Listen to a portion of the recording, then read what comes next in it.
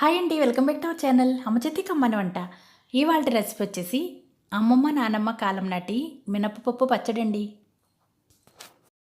ఈ మినపప్పు పచ్చడి రైస్లోకి కాదండి, ఇడ్లీ, దోశ, వడ, ఊతప్పం వంటి వాటిల్లో కూడా చాలా చాలా బాగుంటుంది. ఇంకెందుకండి ఆలస్యం, ఏ విధంగా చేయాలో చూసేద్దాం రండి.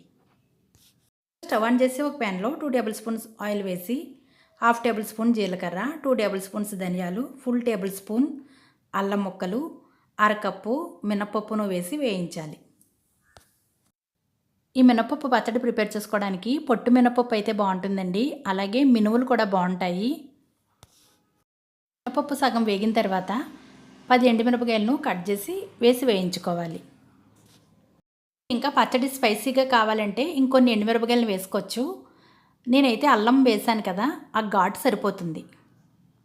ఈ పోపు అంతా బాగా వేగిన తర్వాత స్టవ్ ఆఫ్ చేసేయండి. ఈ పోపులో టేస్ట్కి సరిపడా సాల్ట్, నిమ్మకాయ సైజు అంత చింతపండు, 5 వెల్లుల్లి రేకలను వేసి అలా ఉంచేసేయండి.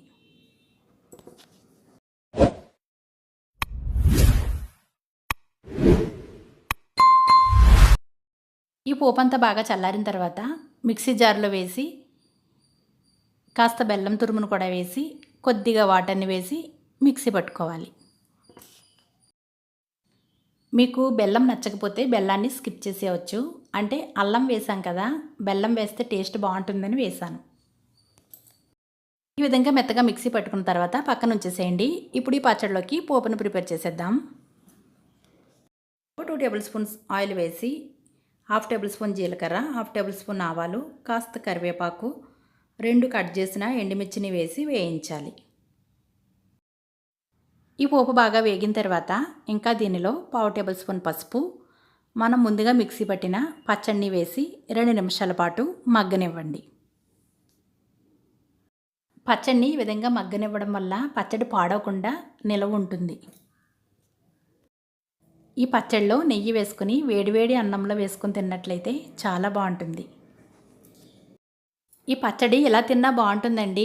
ఇంకా మీకు కావాలంటే కట్ చేసిన ఉల్లిపాయ ముక్కలను కూడా వేసుకోవచ్చు. ఉల్లిపాయ నచ్చకపోతే స్కిప్ చేసేయండి.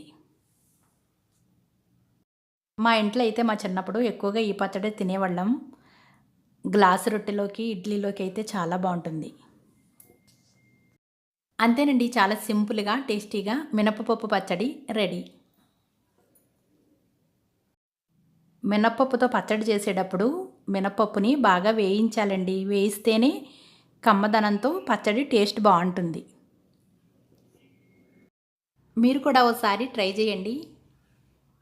ఈ వీడియో కనుక మీకు నచ్చినట్లయితే లైక్ చేయండి, సబ్స్క్రైబ్ చేయండి, మీ ఫ్రెండ్స్కి షేర్ చేయండి. Thanks for watching.